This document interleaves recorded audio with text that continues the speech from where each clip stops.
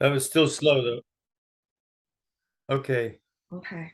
Well, good morning and welcome to everyone to our third class here in Signs of Change and the reading and study of the book Signs of Change. This one here with a pretty picture on the front, which my friend, the picture actually on the front is right there above my head. You can see it. Oh, We actually bought that picture and I got permission to put it on the front of the book. But we're very glad to have Kathy here with us, who is Dana's mum and Heather's mum. And Dana is having difficulty getting in, but I'm sure that will sort itself out. So last week, we kind of made a start and we looked at the background of the Hebrew people, and we argued that the background was in this class of people, social class known as the Hapiru. And of course, Hapiru and Hebrew are close phonetically. They seem, connected. And there's lots of evidence to show that the original Hebrews, beginning with Abraham, who's the first person to be called a Hebrew, in chapter 18. Oh, sorry, 14. I think chapter 14 of Genesis. His behavior and his way of life perfectly fits the Hapiru way of life that we know from Egyptian and Mesopotamian sources, all during that second millennium before Christ. So, doing this study is a teaching of history, and it's also an appreciation of history. It's also, you see, because we're so used to understanding the scripture in terms of simply its words, and thinking that we understand the words exactly as they come off the page, without putting them in any kind of context, any historical background. That kind of does a disservice to the book, the whole book of the Bible, because the book of the Bible, everyone knows that it was composed over basically 1,000 years. It was a long, long time in being written down. So something that's written down over 1,000 years, clearly situations are going to change, and values and meanings are going to change. Something's going to become more important. Something's going to be less important. And one of the things we're going to talk about today, in the second kind of point of the lecture, is that the kings of Israel came and went. So the kings were very important at one time, and then they disappeared. They were overwhelmed by history, and they disappeared. And yet the theme of kings remains. And so that immediately you look at things that way. You have a history, you have a story, you have a theme, you have themes. And to understand the scripture properly, you have to have some respect for that historical process. Now we add to that, what we're doing is saying that God uses the historical process. So God is at work in the historical process to reveal something that we didn't know before, which actually kind of goes along with the thought of revelation. I mean, what's the point of revelation if it's going to tell you what you already knew or what you thought you knew? Revelation has to teach you something that you didn't know before. Now, we're used to thinking, well, Christian revelation teaches us that God is a Trinity. That's kind of the main point, perhaps, or along with the double nature of Jesus as human and divine. These are concepts, pretty high level concepts. So we think, that's what revelation is about, and it makes revelation a kind of a special hobby of the theologians, of those who spend their life studying it. But in fact, and what we're arguing here is that revelation is not simply about that, and not even primarily about that, not even primarily about, say, things like the Trinity. It's primarily about ourselves. It's primarily about what it means to be human. And as we learn what it means to be human, we also learn hand in hand, step by step, exactly in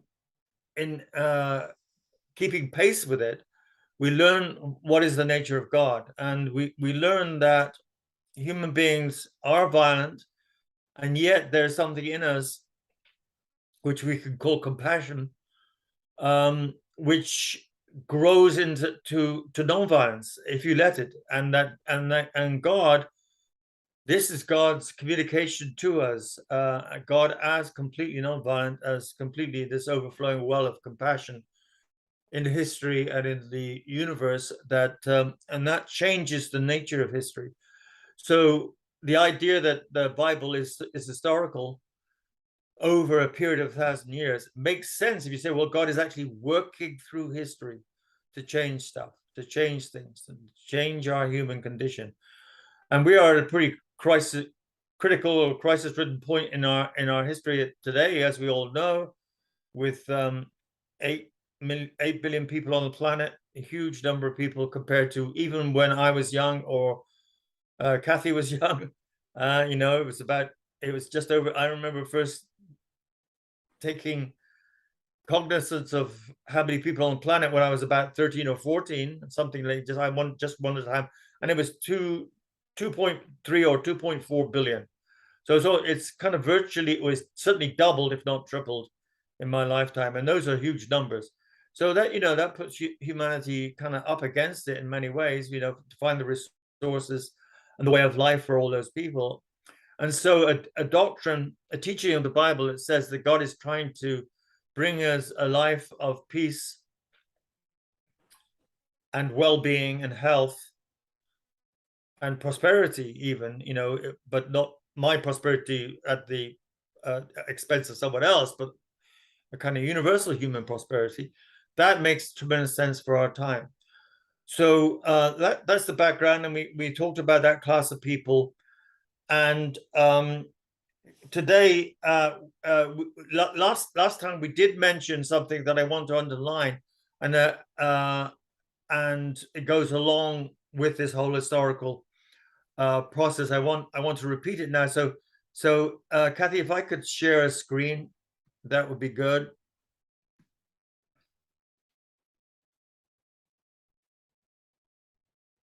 What did you want, Tony? Oh, sorry, no, Maggie. Sorry, I meant Maggie. Sorry, I meant Maggie. If I want to share this screen,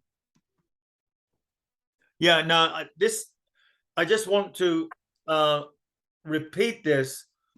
It seems a little technical, but it's worth having in the background of your mind, because you don't have to know it in detail, but it helps underline the fact that there are different writers, different sources, and different times when this stuff gets written. So these are the different sources that have been mentioned. There's what is called the D source, and that is Deuteronomy, the actual book of Deuteronomy, and the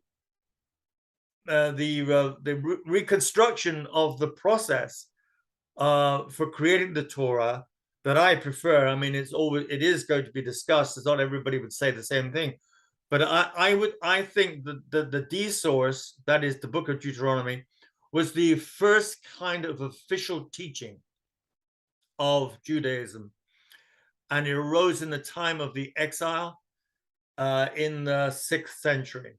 Now, these are hypotheses. We can't know for certain, but you have to have some kind of working hypothesis. Just to say that Moses wrote it all, he wrote it in the 13th century, and he just left it all behind. That is a hypothesis. That's one way of looking at it, and so we have to have some way of looking at it. And this is what is known as the more critical, the historical critical hypothesis about the origin of the Torah. So you've got the D source, which is the Deuteronomy, and then added to it, in front of it, so to speak, because Deuteronomy is the 5th book of the Bible. So you've got Genesis, Exodus, Leviticus, Numbers, then Deuteronomy. So added to it is this E and J source, and those names come from the names of God used in those sources. So in the E source, the name is Elohim, which is like a generic name for God or gods. It's actually a plural form, but it's used for God in the singular in the biblical narrative. But it is used as alternative to the next source, which is J source, and that uses the name Yahweh, or what is represented in the English text as the Lord, because in the Hebrew text, so these are little complications, but they're easy once you get your head around them. In the Hebrew text, you have the word Yahweh, but then in the traditional manuscripts written above it is the Lord, because the word Yahweh, the name Yahweh, was too sacred. It was a holy name. And so the reader would not say it, but put in its place the substitute the Lord, which we now also do, because that is part of the text.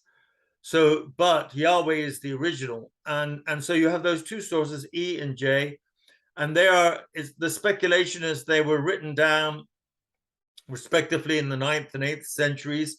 So you're building up this, in that time, you're building up this kind of written narrative about the origins of the people and the story of the Exodus, but its final, what they call redaction, the final editing of this book, and that would be Genesis, Exodus, Leviticus, Numbers, comes also in the 6th century or even the 5th. So that's something to get your head around, that these are, when we read the scriptures, we read the texts,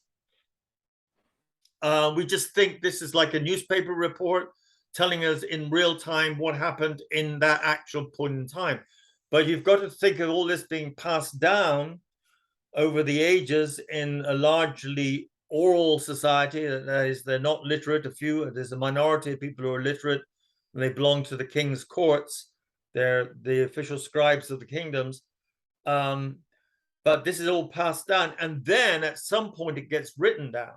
So if you think about it, so I'll come out of this. I'll come out of this now and talk to the screen. So if you think about it, I don't know if you've ever had occasion to do something like this, but say you grew up with a relative, grew up with a sibling or some relative or a friend, and you're kind of looking back at your story, the story you had, and you feel it's necessary for whatever reason and to whatever extent, you feel it's necessary to write them a letter. To write them a letter recalling, do you remember when we did this? Or do you remember when so-and-so and so-and-so said this? And the other person said this to them. It's not as long as the Bible, obviously, but there might be occasion for you to write something down or to communicate to somebody about something which was in your memory, but you'd never written it down. And it never been important to you before to write it down. But the time comes when it is important to write it down and to recall somebody's memory to it. You may be saying sorry for something, or you may actually want some other person to say sorry, or at least to come to some kind of recognition of what the situation was. I mean, that's normal human relationships. But writing something down makes it quite different. Well, not so much different, but more official, shall I say, and it has an established meaning. In the other person's mind, it may not have the meaning that you have for it. So when you write it down, you give it a certain meaning. So that's what I'm arguing about, these written sources that get written down over the centuries, and then especially in the 6th century, at the time of the exile. So if you think about it, they're all carried off on this kind of this is a vacation that they don't want. They're all taken off to Babylon, and it's not particularly pleasant, but they're not killed off. I mean, they're all settled in the land so quickly. They begin to develop ways of life. They plant crops. Obviously, they have something to grow, and they have trades and industries of some sort. So, and they build up a community and a culture, and we know that's the case because the Jews in Babylon remained there for the longest time after the return from the exile. Lots of them remained there. They grew in power and strength, as lots of exiles do. So when you do that, when you're taken away and you're taken out of your land, and you lose the important institutional features of your society, like the king, like the temple, like the army, like a lot of the skilled people, you lose all that. It is a huge moment of reckoning. So we have to understand the 6th century as this huge moment of reckoning that's right there in the middle of the Bible. We don't think about it in those terms because we look at it in this kind of sequence, in this narrative coming from Genesis and Adam and Eve, and those very kind of like semi-mythological stories, and then it just goes on and on. But we don't think about the process of writing this, the process of experiencing it and then writing it down and handing on and being finally brought together in one piece of work that is the Torah. So I mean, and you know how important the Torah is to the Jewish people, and the law as it was to Jesus in Jesus' time. So there is the creation of this piece of writing, and so we pay attention to that because it's a moment of reckoning, and we think about what are the different voices and themes, and the word I use is a semiotics, that is connection, that's a web of signs that builds up a picture of meaning in people's minds and in their conversation. So we think about that and how that got put in place. So that's the second thing that these first two classes have been talked about. First of all is the background of the Happy Rule, the poor people, the dispossessed class at that time, and then also the process of writing all this down and creating a narrative that actually becomes a Bible, or at least initially the Torah. And when you think about writing it down, you think about what is the meaning that's being communicated. What is the shaping of this narrative that these writers are given it? Because that always happens. Like I say, in your kind of imagined letter to your relative, you're shaping the narrative in some fashion. So those two things are very important to repeat and bear in mind. So today Jerry, go ahead. Was this actually written during the exile? The Torah? Yeah. That is the major assumption of the scholars. They do think that it's an original form of the Torah was written in the time of the exile. Maybe it got refined a little bit afterwards, but basically that's what it first started to be written and to find the form that we now know. So it's a 6th century piece of writing. Okay, so what I want to move on to now directly is a little bit of the background that helps build up this picture of a progression of story, is that in the 8th century, so if we go to our books and we look at page 13 in the book, we see some quotes from different prophets who wrote in the 8th century. And we know, so we're talking about 8 centuries before Christ, right? We're talking about BCE. So these are 8 centuries before Christ, roughly. And these prophets worked at that time. And there were many important prophets in the 8th century: Hosea, Amos, Micah, and Isaiah of Jerusalem. And they all mention the Exodus. So here's a marker for us, a more or less solid marker for us that the Exodus is known and is important to the Israelites, at least at the 8th century. Of course, if they're remembering it, it's got to go back before that. So it validates and strengthens the historical meaning of the Exodus. Exactly how it happened is another question, but something happened which was of extreme importance in the creation of meaning and understanding for these people, and it's called the Exodus. It is God's liberation of the people from slavery in Egypt. So they know this in the 8th century. So if someone would like to read those 3 quotes there in the middle of the page, what the first 2 from Isaiah and the second one from Isaiah. I'll do it. Thank you. When Israel was a child, I loved him, and out of Egypt I called my son. The next one is, I have been the Lord your God ever since the land of Egypt. You know no God but me, and besides me there is no Savior. There shall be a highway from, That's okay.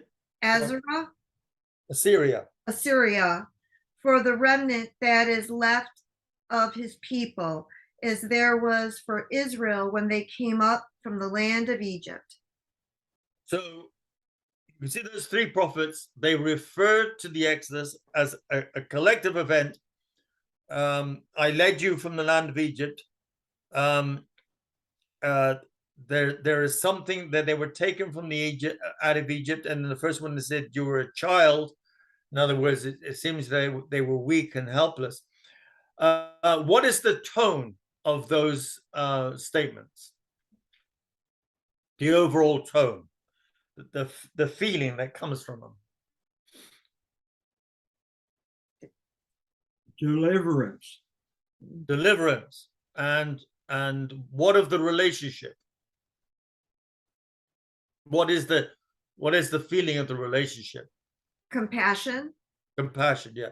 Compassion and tenderness. So it's a sense of deliverance, and that God is compassionate and tender and loving to these people. And that is why he sets them free. But then there's another prophet called Amos, and we see him just overleaf. There's a word from him. Now, Amos has a very different tone from Hosea. Hosea is compassionate, gentle, we should say feminine in his approach. He has a great sense of relationship, of God's relationship, which has this feminine quality to it. So, but then you have Amos. Now, what does Amos say? Well, there seems to be like a critical or a punishment. Yeah. If you would read it, you could see that. If you would read that, please, Maggie. The prophet Amos makes most drastic. No, sorry. Just actually Amos himself on page 14. Sorry, just a little on page 14, the top there. Yeah.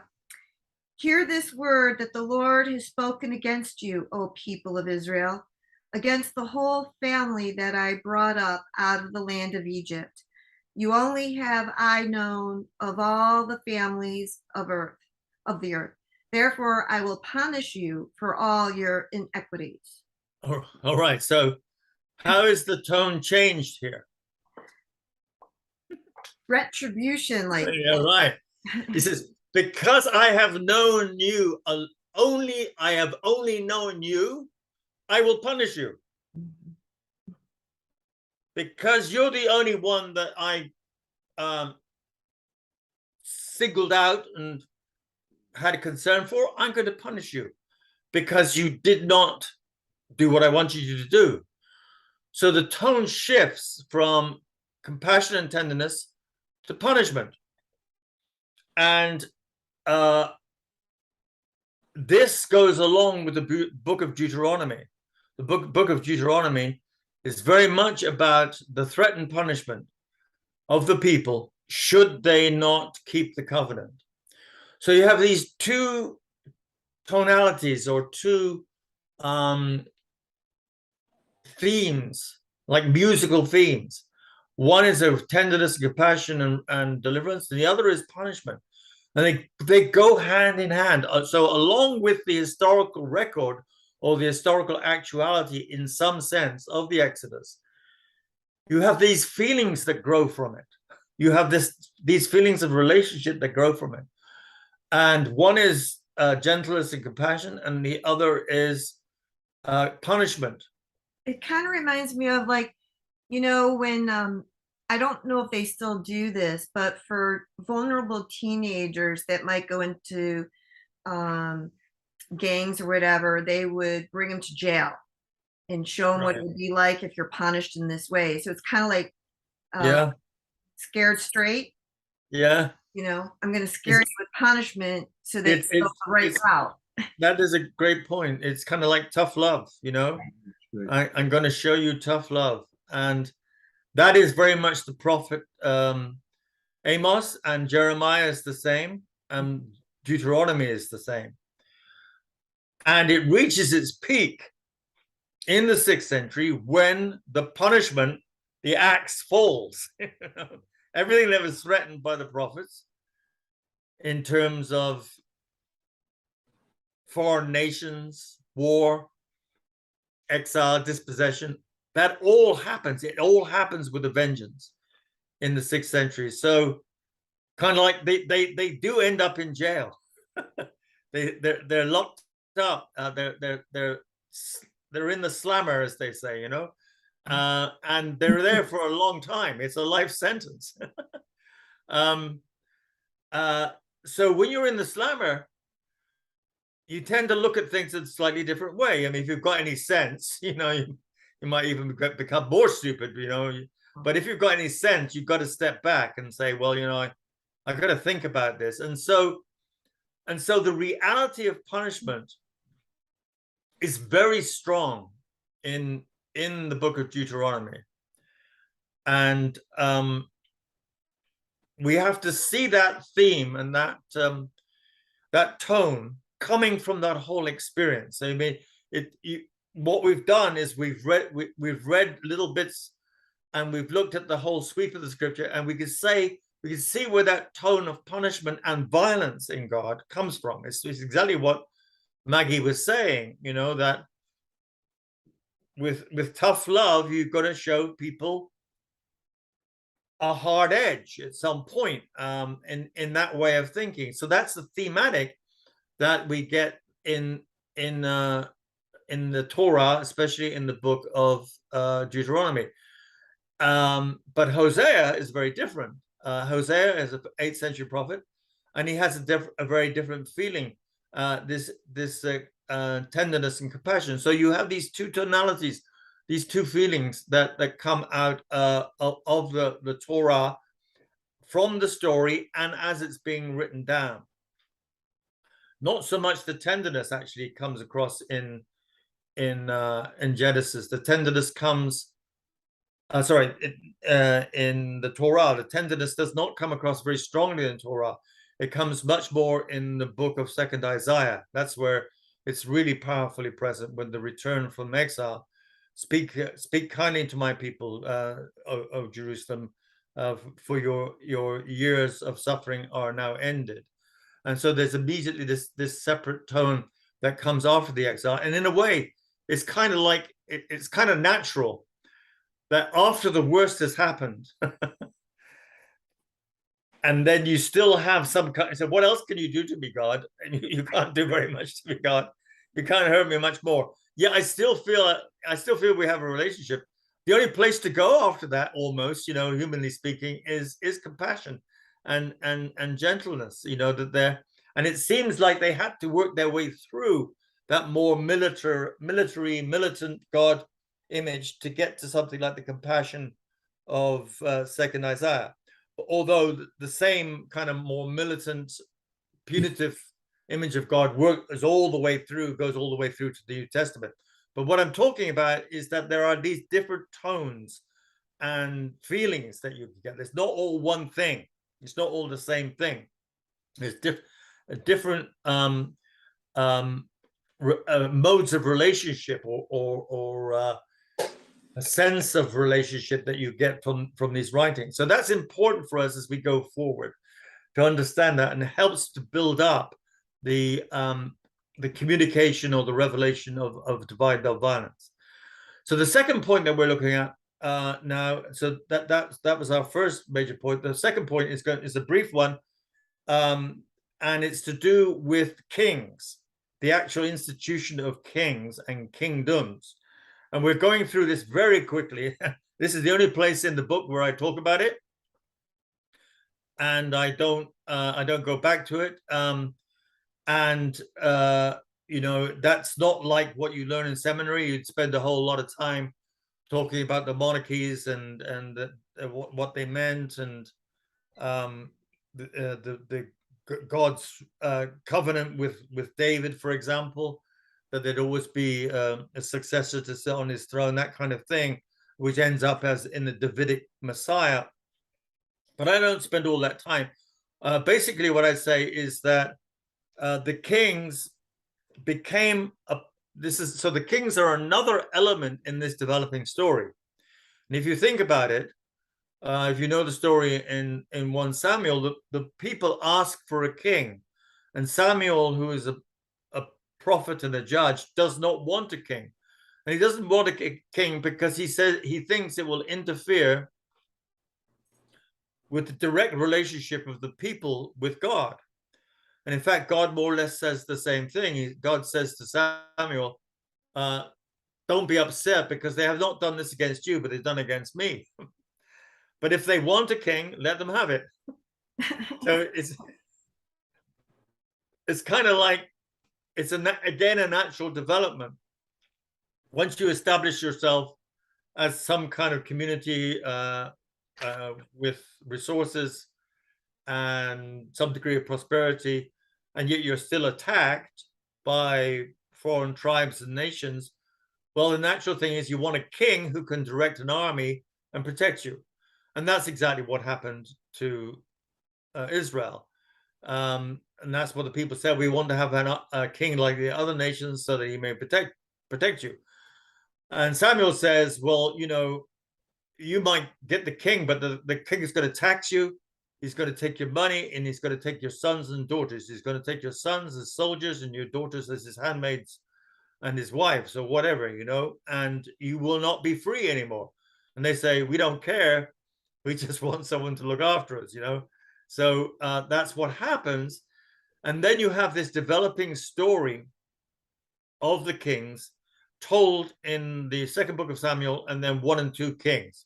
So the Bible then moves on, and we're looking at the story of the monarchies or the kingdoms, north and south, because they split pretty soon at the beginning of the 10th century, and you have those 2 books devoted to the kings. But invariably, or almost invariably, the writer says this particular king, whoever it was, north or south, did not do good. He did not do well. He broke the covenant. He offended against the covenant, and God was displeased with him. And there's basically only 3 kings who escape that judgment. One is David, even though David was pretty handy at doing bad stuff himself when he needed to. But anyway, David is the glorious king. And then there's one called Hezekiah, who gets a passing grade, I think, if you check it out. And then there's one called Josiah, right at the end of the 7th century. And he was the greatest of the kings. It's incredible. If you read here, what does it say? Page 17. In this, it says of Josiah, before him there was no king like him, nor did any like him arise after him. So he was kind of the best, and the reason why he was the best was because he got rid of all the idolatries, all the kind of cults of the gods, the astral deities, the Baals, the Asherahs, whatever they were. He got rid of them all. He had this huge kind of cleanup campaign, this kind of cultural cleansing that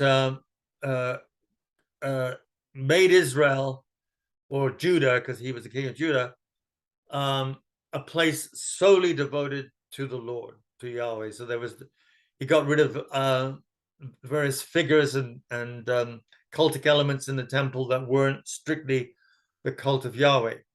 Now the strange thing is, so here's something to think about. The strange thing is, you would think the best of the kings, everything would go well for him after that. According to the Deuteronomic logic, if you do well, everything will go well with you. Your crops will grow, your enemies will be defeated, there'll be peace and plenty in the land. If you don't, all the reverse will happen. Well, Josiah did everything by the book, and he gets killed in battle pretty soon after his cleanup campaign, after his reform. He gets killed fighting the Egyptians. And then really the book of Kings kind of falls off a cliff because its logic has come to an end. And it doesn't, after that, it doesn't make any kind of assessment whether a king is good or bad. It just says the whole thing, it basically says the whole thing is BS anyway. I mean, it's basically what he's saying that. And it figures out. So Josiah is killed in something like the year 620, something like that. I don't know exactly, but it's the year something like that, 620. And then in the year 597 and 587, so 30 to 40 years afterwards, the exile takes place. So things go from bad to worse. And this is after King Solomon, right?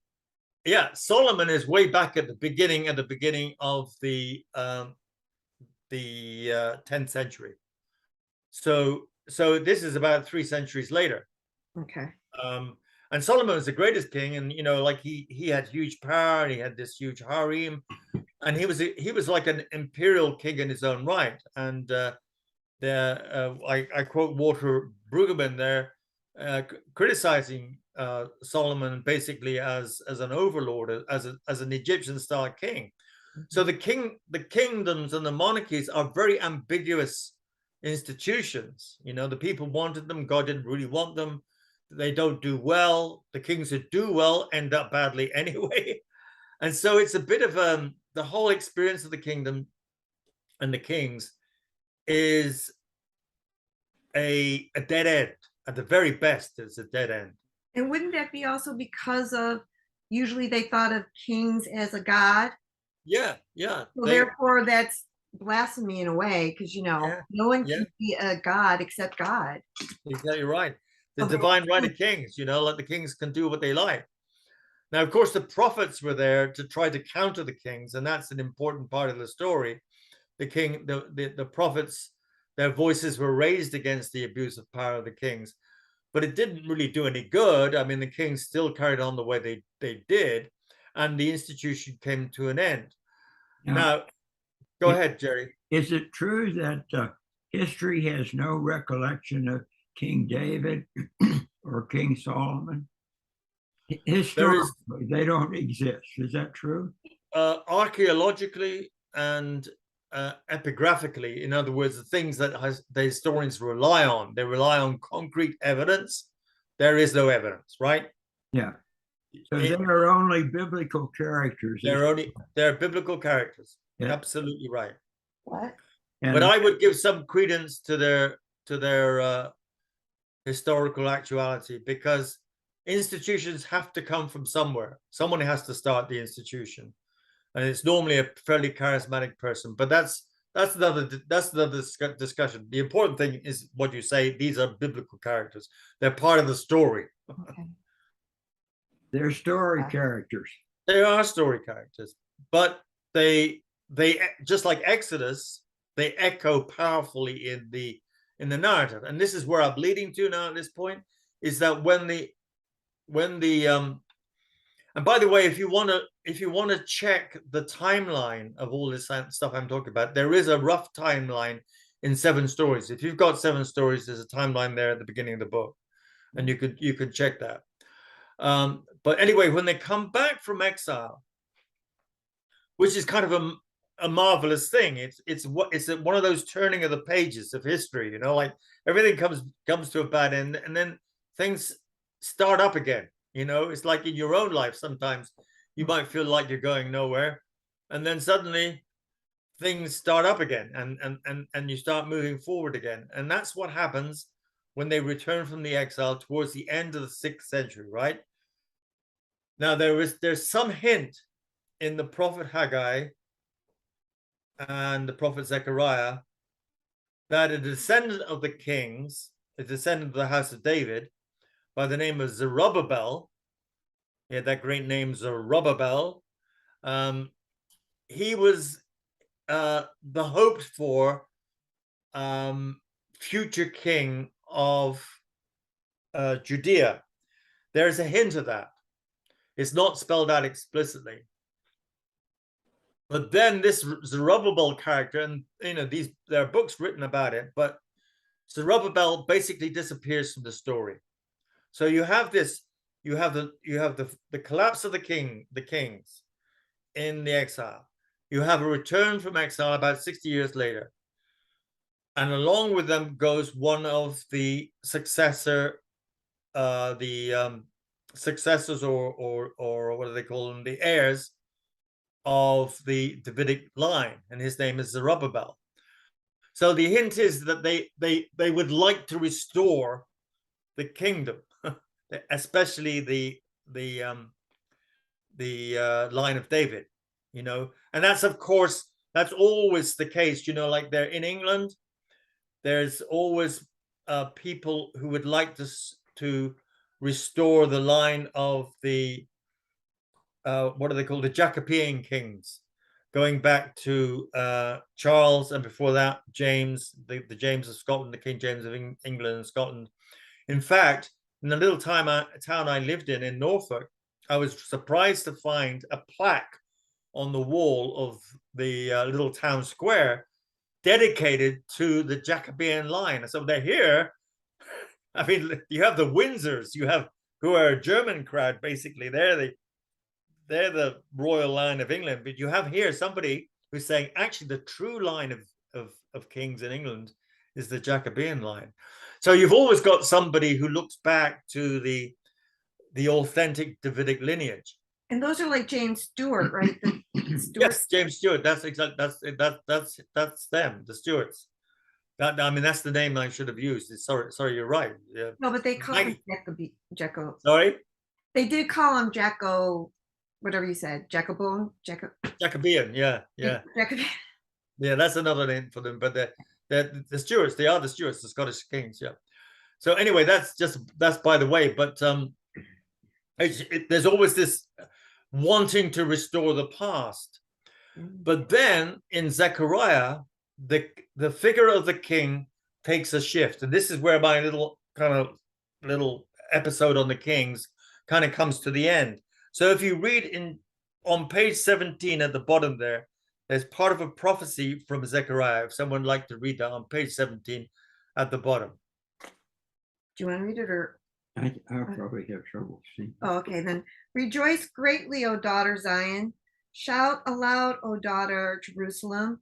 Lo, your king comes to you. Triumphant and victorious is he, humble and riding on a donkey, on a colt, the foal of the donkey. He will cut off the chariot from Ephraim and the war horse from Jerusalem, and the battle bow shall be cut off, and he shall command peace to the nations. Okay, now what does that remind you of?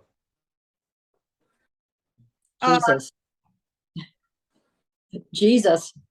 Jesus, that's right. Because that prophecy is quoted in the Gospel of Matthew and in the Gospel of John. But it's only quoted up to the point of the foal of a donkey. That in the Gospels, it goes But if you read it on in the actual prophecy, it's a prophecy of peace. He says this king is going to banish the weapons of war, the war horse and the battle bow, the two most powerful technologies of war. He's going to banish them. This is a prophet of this is a king of peace.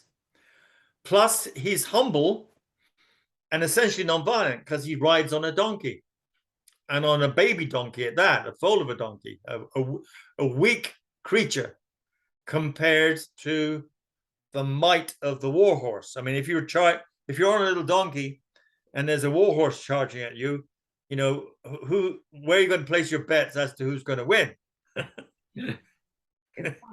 It's going to be the war horse, you know. So suddenly we have Zechariah somehow or other sees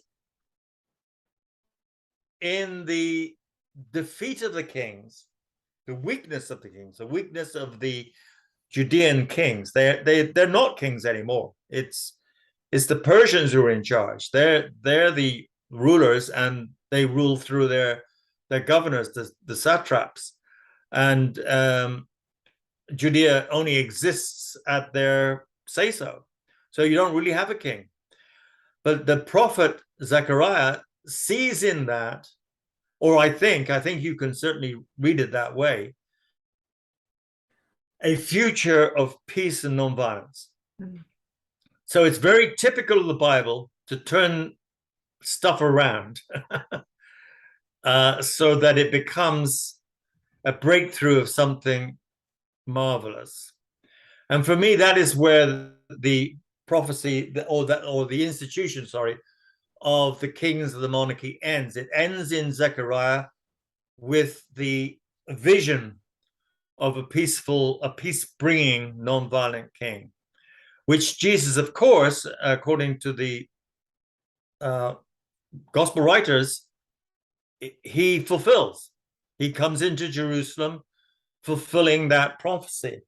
They don't mention the non-violent bit of it, or the banishment of violence, and it may be because they didn't fully understand the symbolism that Jesus was enacting, because I think Jesus deliberately did that. It's too embedded in the story, and it's too evocative and deliberately evocative of Zechariah, that Jesus, who knew his scriptures well, did not understand the larger compass of that prophecy. It wasn't just, oh, I'm going to be king, so I need to show them. Well, Jesus doesn't bring an army and he doesn't bring any kind of protection against arrest, although he's going to bring the people to a kind of like a peak of expectation, but then there's no violence following through on that. You know, the natural thing is for human beings, if they have all the people on their side, you're going to claim power, you know, like many in our own time want to do, you know. But Jesus doesn't do that, and it seems very deliberately that he lets go of power, lets go of violence. So it seems very much that he is fulfilling that prophecy. And that's the arc of the king that I kind of mentioned there. And I think it's important because it is one other aspect that helps to fill out the notion of the evolution of divine nonviolence. God did not want a king to begin with. He did not want the people to have a king. Don't, you know, see what he'll do. But okay, they must have one. But I'll tell you what, I'll change it around. I'll turn it upside down radically. And so that God then creates a more powerful, or the Bible, should we say, creates a more powerful symbol of the kind of kingdom, that the kind of world, society that God wants, by turning that symbol of centralized soul power and absolute violence, you know, because the king can do what the king likes, and turning that into something entirely the opposite. So it's part of the transformation of signs that I talk about. You have the sign of the king, You normally think of the king like Prince Charles. Apparently, Prince Charles, I mean, I don't like to talk scuttlebutt, but I do. He likes it. He has somebody squeeze his toothpaste on his toothbrush for him, you know. He doesn't do it himself. He gets up in the morning, he has somebody, oh, thank you very much. He washes his teeth. So, so that's what a king does. That's what a prince does. They have other people. So Jesus takes the gospel, the Bible takes that sign, that semiotics, and turns it around completely. So you end up with that Zechariah prophecy. So that's what I'm talking about. The Bible's ability to take these human themes or signs and transform their meaning. And that's what we're dealing with. That's what we're trying to do in our own heads, right? And that's what we were doing at Bethfest, Kathy. When you built that arch, that framework, and you've spent so much time making it beautiful, that was what you were symbolizing. You were creating a physical object that would signify this change, this turning of things around that the Bible is doing. So the thing that you created was kind of like a biblical object, a biblical work of art. I think so. Yeah. And that was its point. That was the whole point and purpose, and it was the high point of our time together, and very, very important. So Dana, this is Dana go ahead. relayed that. Sorry? Dana relayed that to me. You say that? Sorry. Dana relayed that to me as it was being created. Oh, she did. We felt that way. Yes. Good old. Yeah. Really. Yeah. Yes. Uh-huh. Well, I could see when you came out of it, when you went through it, right? Uh-huh. When you came through it, that it had touched you. Something had touched you deeply, Yes. And so it was very important for us to do this. What we're doing right now is to show the background, to show the whole biblical underpinning of all that. That this is not something we just dreamt up one time, but this is and Maggie, of course, was a huge part of that, because initially she wanted to be baptized, but then the Holy Spirit said to her, no, you don't need to be baptized, you need to do something else. That's what's wonderful about Jesus, again, because he leads us to what was appropriate. And it was wonderful to see how many people were led to do it, so that they could have a new way of going in their lives. Right. Yes, exactly right. Beautiful to see so many people wanting to do it. And being touched you could see that they were touched. They were moved. Yeah. It was important. Creation. Thank you, Kathy. Yeah. So you joined our little journey doing that. Thank you. So our third point today is, and this is the last point, is we go back to the Exodus one more time, the last time, because we have not talked about the plagues, right? Right. Because Moses brings the deliverance of the people in the story, especially the book of Exodus story. It brings the deliverance of the people through these series of plagues that get worse and worse, ending up with the most terrifying and awful of them all, which is the death of the firstborn throughout the land, including the animals. It's very bloody, intensely violent, and to such an extent that the people who are being set free, the chosen people themselves, they have to have a protection against the destroying angel going through the land. So it's not like this is not like a discriminate violence. This is a kind of universal violence that's wiping out all the firstborn. And they have to have the Passover lamb, and the blood of that lamb daubed on the doorpost so that the angel would pass over. So it's a scary and violent image of God. And we can't kind of just go on without looking at it, without thinking about it.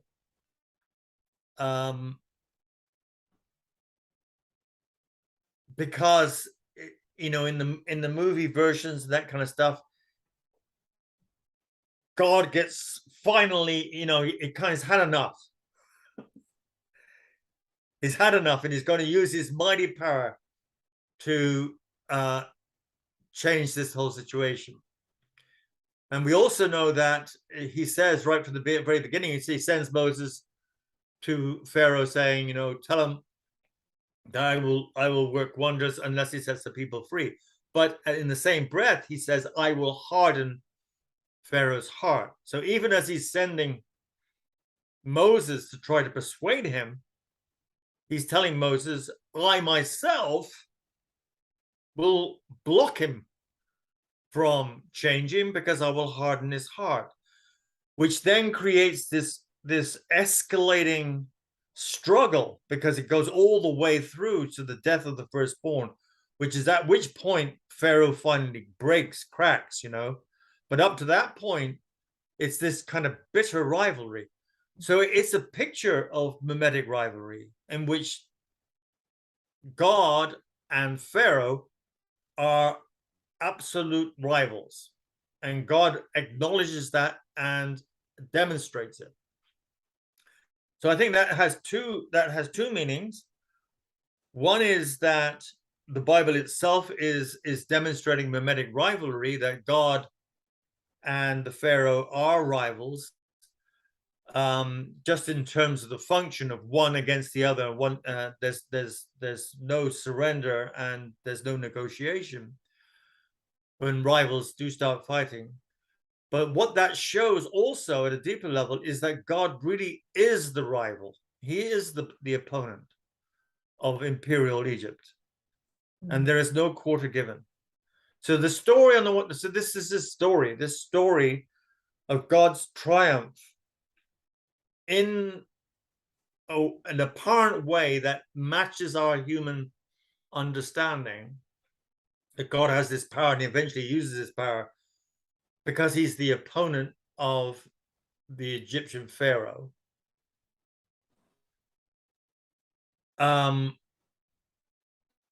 But then if he's just the opponent and he's just a rival, he's no different and no better than the Pharaoh. He's just more powerful in this instance. So the very fact that this whole thing is out there, you see that image of God engaged in this rivalry, makes you question it. I think it's part of the questioning of the identity of God, because if you think about it, there's 10 plagues. So you go through this whole drama, this dramatic escalation. It just keeps you engaged in this rivalry between Pharaoh and God, and that's kind of the point. There's this struggle between these two. And if God wanted to use his power, you know, like in the kind of Marvel movies or whatever, he would have just zapped the people out of there and placed them in this beautiful paradise. Of course, that's not what happens. So it makes you question what God is. But God is liberating, yes. But what is the ultimate liberation? What is the true liberation? Isn't it something more like the nonviolent king that we see? Well, that comes many centuries later, but still, when we're reading all this, it enables us to ask the questions. But also, you've got to think, and this is my final point, you've got to think about the way this is written.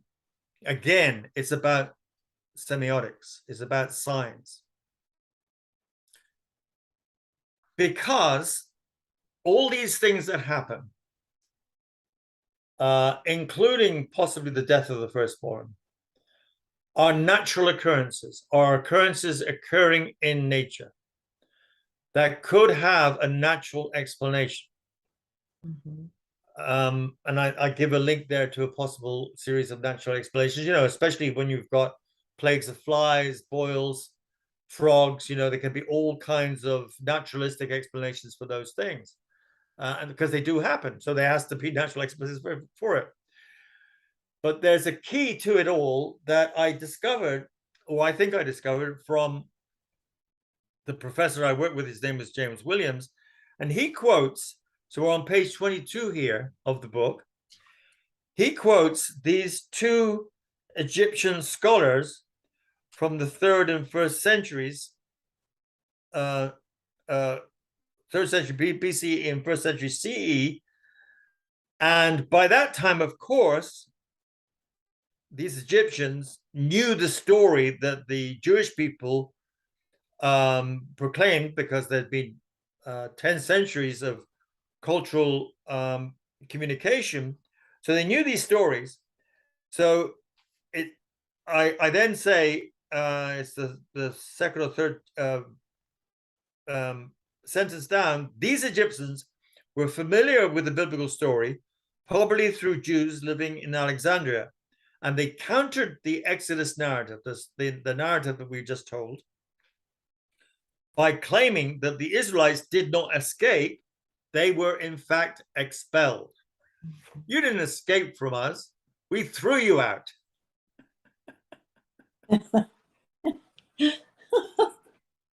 Which kind of makes sense. And I go on to show other examples where there is a kind of throwing out, because we know the way it is when people get sick or there's a plague of some sort. What's the first thing we do? Got to find a scapegoat. Got to find a scapegoat. When AIDS first came, it was the gay plague. You know, it was the gays, right? There's always somebody. The Mexicans are rapists, whatever, you know, and you know, they're bad guys, bad hombres, you know. You're always blaming somebody. And so from their point of view, and this is really kind of critical, from their point of view, they're saying, well, these Hebrews, these happy Ru, are filthy, they're cursed by God, and they're the cause, you know, with the lack, if you lack a scientific explanation, and even today when we do have scientific explanations, we still find someone to blame. But back then they said they're the cause of these things happening. So it's a very obvious human reasoning that's what we did. We threw you out because that made us healthy, that made us better. But what the writer of Exodus does, and this is the miracle, he takes the event of scapegoating, which resulted in the people being allowed to go free or driven out, depending on your version. He takes that story and said it was actually God at work. Mm-hmm. When we were thrown out, God was at work setting us free. That is the miracle, because it's just like taking the king and turning him into a figure of nonviolence and saying, taking the event of scapegoating. It's a marvelous overturning of the theme. And the way it would work would be if you had somebody who was utterly convinced that there was this God, the I am who I am, who is on the side of the nobodies, the no counts. He would see all these things happening, these natural events, as signs that God wants us to be set free and is setting us free. So he would give, he and she, because Miriam, his sister, was just as important as a prophetess in that story. He and she saw a completely different reading of history. They turned the thing upside down and said that God, through this process, through the victim, essentially, through the scapegoat, God is working a new story to set us free from our violence. Ultimately, that's what it means. I mean, there it was free from slavery and oppression. But ultimately, it has to mean, if this God is working through the victim, it has to mean that God overcomes violence itself. So that account of Exodus ends up by telling us this is a semiotic overturning or inversion or subversion. It changes the whole story by looking at it in a radically different way.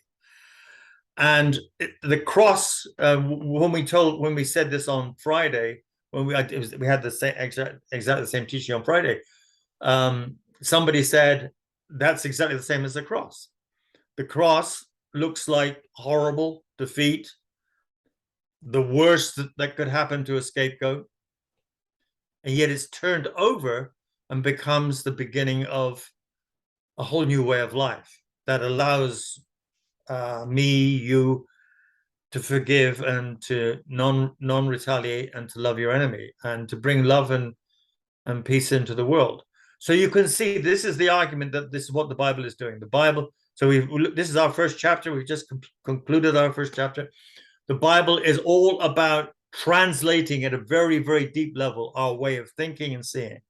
So we see things in different, and Jesus fulfills that. Jesus was a real human being, and all his parables were about getting you to see things in different ways. And then the end of his life was about overturning the whole edifice of power of the temple and of the Romans in his crucifixion. And it was an incredible act of faith on his part, of trust in that whole biblical scheme. It was an incredible act of trust, which worked. We don't know how it worked, but we wouldn't be here today unless it worked in some fashion. So that's our second class, friends, and I hope poor old Maggie manages to, Dana manages to get it at some point. Well, I'll be sending it out today. I'm going to do Venmo because that seems to work well for me. Okay, very good. All right. So. Mm-hmm. So, any comments on that kind of semiotic reversal that we kind of end up with? I really resonated with, I could understand the whole taking the events and having the Egyptians saying we expelled them. That totally makes sense to me. Yeah.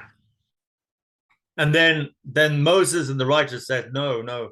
Exactly. That's God at work. Exactly. I feel like that's kind of what I do a lot in life. You know, people see it in this negative way a lot of times, but yeah. I see God working the best out of a situation. Amen. Bringing good from people. Yeah. And we normally mean that in a kind of fairly superficial way, although it does. I mean, that's not important. You know that if you're forced into doing something you don't want to do, and then it turns out for good, so it brings good from evil. But this is bringing good from the very worst things that we do. You know, it's from the really evil. You know, scapegoating and blaming and oppression and persecution. It brings good out. It changes the narrative completely. And it gives you hope when things are struggling, or when is struggling and going, you know, the wrong way. If you do this and looking at in God's perspective in a transformation way, then there's always hope. There's always hope. That is what hope is. Yeah. Hope is somehow or other seeing this bad thing as turning out good. You don't probably understand it, but you see it. Right. So thank you so much. Well, thank you. Thank you, Tony. Thank you, guys. Thank you for being here. Thank you, Kathy, and for giving us the symbol of transformation. It's very important. Thank you. Yes. Oh, you're welcome. Thank you. All right. Bye-bye. Goodbye. Oh, I have to tell you. Reading we're going on vacation next Saturday, right? Okay. So there won't be another Monday meeting until 3 Mondays' time. So next Monday, no meeting. The Monday after that, no meeting. But the Monday after that, yes. So what is it? Something like the 16th? The 17th. 17th. So we will meet on the 17th, and we will do the class that I'm going to do on Friday, right? So I'm going to do one more class on Friday, and we, the Monday morning group, will do that class on Monday the 17th. And what should we read for that 17th? Oh, right. Very good. I have not figured that out. Sorry about that. Oh, I'm sorry. That's okay. It's very good. So we're beginning at page 24, and we go through to page 32, 24 to 32. 24 to 32. 24 to 32. Great. Yeah, that's it. And when I send this link out with the video, Tony, I was going to include, I'm really, really grateful you included like the symbols for D, J, E, and Yeah. All right. Yeah. Cora. Send that out. Yeah, if you would. I thought that was extremely helpful for me. So I'll send that out with the video. Wonderful. Wonderful, Maggie. Thank Thank you. you. Thank you. I tried to write that down. Thank you, Maggie. No problem. I'll send it over in that link. Love you you. guys. Bless you. And pray for us pray for our vacation that it goes well. Yes. Holding you guys in prayer for that. Have a good trip. Okay. Thank you. All right. Heather is over the top. Yay. And she should be. She should be. She did, like you, all of you, she did marvelous work for Beth Fest, so she deserves a reward. Bye. Have a wonderful time. Thank Bye. you. Bye, Maggie. Bye, Jerry. Bye-bye.